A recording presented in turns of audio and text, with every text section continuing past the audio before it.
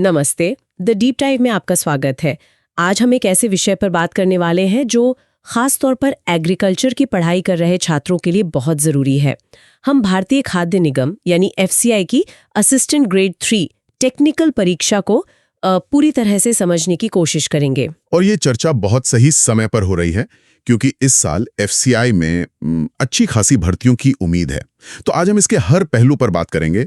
FCI करता क्या है, एक टेक्निकल असिस्टेंट का काम क्या होता है, करियर में आगे बढ़ने के क्या रास्ते हैं, योग्यता क्या चाहिए, कौन अप्लाई कर सकता है, परीक्षा का पूरा पैटर्न और सबसे जरूरी सवाल सैलरी। बिल्कुल, सैलरी कितनी मिलती है। तो चलिए शुरू करते हैं। सबसे पहले ये समझते हैं कि FCI का नाम तो सबने सुना है, लेकिन इसका असल काम क्या है। ये सिर्फ अनाज खरीदने बेचने वाली संस्था तो नहीं है। नहीं, बिल्कुल नहीं। इसका काम उससे कहीं ज्यादा बड़ा है। FCI मतलब फूड कॉर्पोरेशन ऑफ इंडिया। इसके दो मुख्य काम हैं। पहला, किसानों को उनकी फसल का सही दाम मिले, इसके लिए एक प्रभावी मूल्य समर्थन देना, प्राइस सपोर्ट जिसे कहते हैं। Price support. और दूसरा, पूरे देश में हर कोने तक खाद्यान्नों का वितरण करना, खासकर गेहूं और चावल। अच्छा, तो जो हमें राशन की दुकानों पर अनाज मिलता है वो भी FCI के जरिए ही आता है। हाँ, ज्यादातर वही होता है। तो ये एक बहुत बड़ी जिम्मेदारी वाला काम है। ये पक्का करना कि देश में अनाज की कभी कमी ना हो। ये तो देश की खाद्य सुरक्षा की रीढ़ की हड्डी हुई। बिल्कुल। बहुत दिलचस्प है। अब आते हैं उस पद पर जिसकी हम बात कर रहे हैं, टेक्निकल असिस्टेंट। सुनने में तो काफी टेक्निकल लगता है। इनका रोज का काम होता क्या है? क्या ये लोग ऑफिस में बैठते हैं? ये एक बहुत अच्छा सवाल है। देखिए, टेक्निकल असिस्टेंट असल में एक क्वालिटी ऑफिसर की तरह काम करते हैं। Quality officer? हाँ, उनकी पोस्टिंग सीधे वेयरहाउस या डिपो में होती है, मतलब गोदाम में।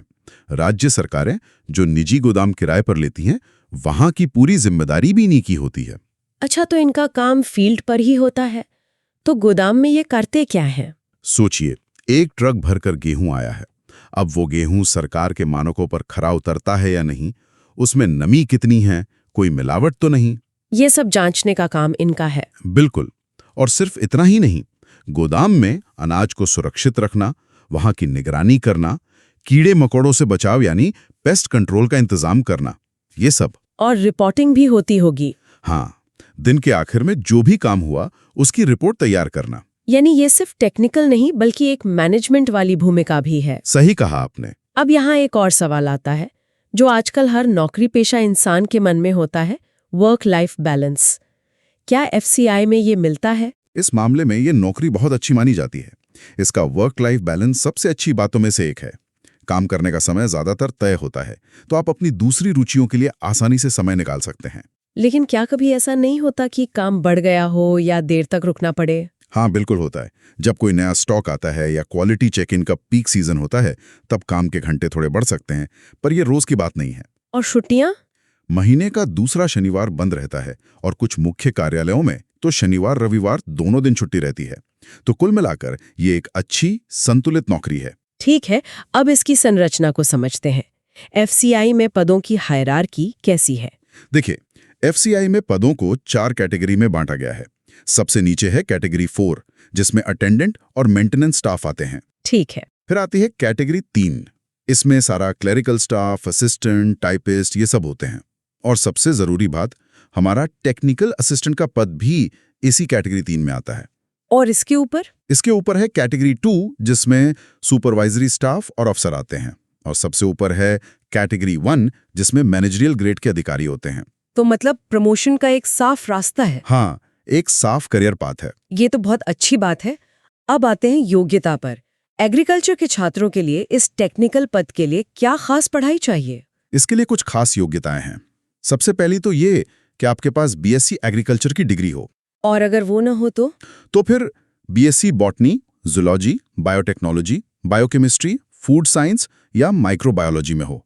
और पढ़ाई के अलावा कंप्यूटर की अच्छी जानकारी जरूरी है क्योंकि सारा काम अब डिजिटल हो गया है। और उम्र की बात करें तो पिछली भर्ती में अधिकतम आयु सीमा 27 वर्ष थी, जिसमें सरकारी नियमों के हिसाब से छूट मिलती होगी। हाँ, बिल्कुल। आवेदन करने को लेकर भी एक बहुत जरूरी नियम है ना? हाँ, पर यहाँ एक बड़ा पेच है जिसे समझना बहुत जरूरी है। क्या? आप ऐसा नहीं कर सकते कि नॉर्थ जोन में भी भर दिया और ईस्ट में भी। आपको पहले ही तय करना होगा कि किस जोन से अप्लाई करना है, और उस जोन के अंदर भी सिर्फ एक ही पोस्ट कोड के लिए। ओह, एक से ज्यादा आवेदन करने पर फॉर्म रद्द हो सकता है? हाँ, बिल्कुल। ये तो बहुत जरूरी जानकारी है। चलिए अब आते हैं चयन प्रक्रिया पर। ये 2 चरणों वाला खेल है, सही कहा? बिल्कुल, फेज 1 और फेज 2। पहले फेज 1 को समझते हैं, जो एक तरह से क्वालिफाइंग राउंड है। क्वालिफाइंग? हाँ, ये एक ऑनलाइन ऑब्जेक्टिव पेपर होता है। 100 सवाल, 100 नंबर, और समय मिलता है सिर्फ 60 मिनट। 60 मिनट में 100 सवाल, मतलब स्पीड का खेल है पूरा। और नेगेटिव मार्किंग? हाँ, 1/4 नेगेटिव मार्किंग होती है। लेकिन सबसे ध्यान देने वाली बात यह है कि इसके नंबर आखिरी मेरिट लिस्ट में नहीं जुड़ते। तो इसका मकसद सिर्फ भीड़ कम करना है? सही समझे, गंभीर उम्मीदवारों को अगले चरण के लिए चुनना। इसमें कौन कौन से विषय होते हैं? इसमें 4 सेक्शन होते हैं: अंग्रेजी, रीजनिंग और न्यूमेरिकल एबिलिटी। इन तीनों से 25-25 सवाल। और चौथा सेक्शन है जनरल स्टडीज का। इसमें भी 25 सवाल होते हैं, जिसमें से 20 सवाल इतिहास, भूगोल और 8वीं कक्षा के स्तर के सामान्य विज्ञान से, और 5 सवाल करंट अफेयर से। और आपने कहा था कि इसमें समय भी बंटा हुआ है? हाँ, हर सेक्शन को हल करने के लिए सिर्फ 15-15 मिनट मिलते हैं। अच्छा, मतलब अपनी मर्जी से एक सेक्शन से दूसरे में नहीं जा सकते? नहीं, 15 मिनट पूरे होते ही वो सेक्शन अपने आप बंद हो जाएगा और अगला शुरू हो जाएगा। तो ये सिर्फ नॉलेज का नहीं, बल्कि टाइम मैनेजमेंट और स्ट्रैटेजी का भी टेस्ट है। बिल्कुल। तो अगर कोई ये पहला पड़ाव पार कर लेता है, तो फिर आता है मुख्य मुकाबला, फेज 2। असली खेल तो यहीं होता है। आपने बिल्कुल सही कहा। फेज 2 यानी मेंस परीक्षा ही तय करती है कि आपका चयन होगा या नहीं। मेरिट लिस्ट इसी के अंकों पर बनती है। और इसमें 2 पेपर होते हैं। हाँ, पेपर 1 और पेपर 2, और ये दोनों एक ही दिन, एक ही सिटिंग में होते हैं। पहले पेपर 1 की बात करते हैं। ये फेज 1 से कितना अलग होता है? पेपर 1 में विषय तो लगभग वही है, लेकिन 2 बड़े बदलाव हैं। पहला, सवालों का स्तर थोड़ा ऊंचा होता है, मतलब 10वीं कक्षा तक का। और दूसरा, इसमें एक नया विषय जुड़ जाता है, कंप्यूटर अवेयरनेस। अच्छा, और इसका पैटर्न भी अलग होगा? हाँ, इसमें 120 सवाल होते हैं, 120 नंबर के लिए, और समय मिलता है 90 मिनट। तो पेपर 1 तो सबकी कॉमन परीक्षा हो गई, लेकिन असली खेल तो पेपर 2 में है, जहां एग्रीकल्चर के छात्रों की खास नॉलेज परखी जाएगी। बिल्कुल सही पकड़ा आपने। पेपर 2 ही वो पेपर है जो आपकी योग्यता को सही मायने में परखता है। प्रोफेशनल नॉलेज का पेपर। ये कैसा होता है? इसमें 60 सवाल होते हैं, लेकिन हर सवाल 2 नंबर का होता है, यानी कुल 120 अंक, और समय मिलता है 60 मिनट।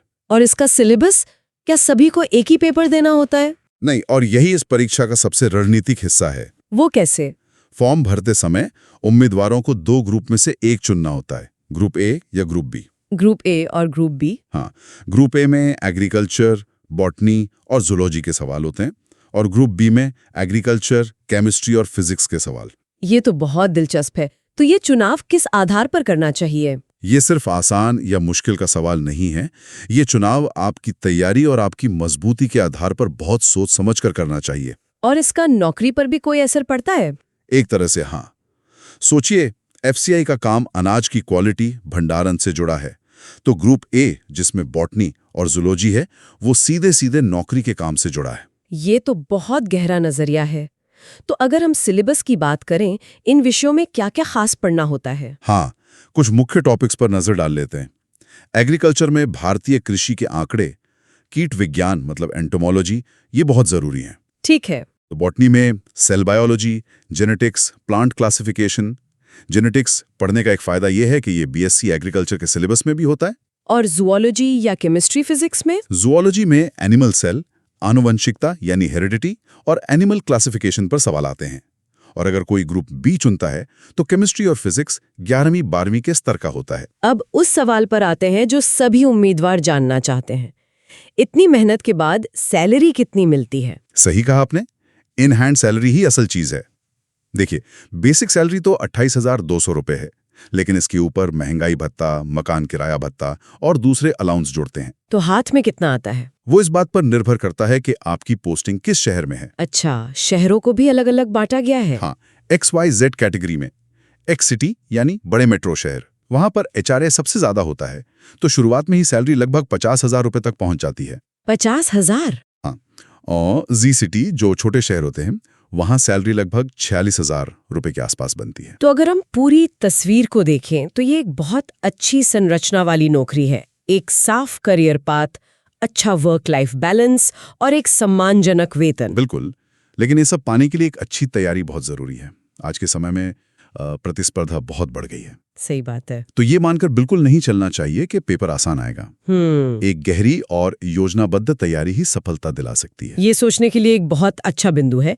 इस चर्चा के आखिर में सुनने वालों के लिए कोई ऐसा विचार जो वो अपने साथ ले जा सके? हाँ, एक सवाल सोचने के लिए छोड़ा जा सकता है। बताइए। ये देखते हुए कि पेपर 2 में बायोलॉजी केंद्रित और फिजिक्स केमिस्ट्री केंद्रित ग्रुप में से चुनने का विकल्प है, ये चुनाव सिर्फ परीक्षा की तैयारी को ही नहीं, बल्कि लंबे समय में एफसीआई जैसे संगठन के भीतर आपकी करियर की दिशा को कैसे प्रभावित कर सकता है। यह वाकई सोचने वाली बात है।